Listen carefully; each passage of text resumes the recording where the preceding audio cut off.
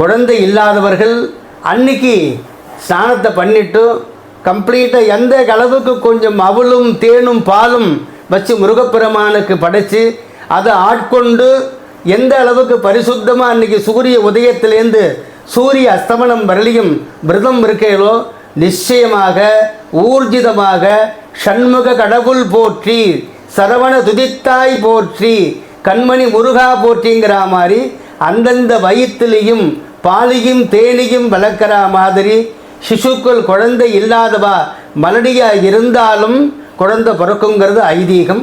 அதனால் இந்த வைகாசி விசாகத்தில் விட்டுடாதீங்கோ. 9ஆம் தேதி வரது இந்த விசாகமானது.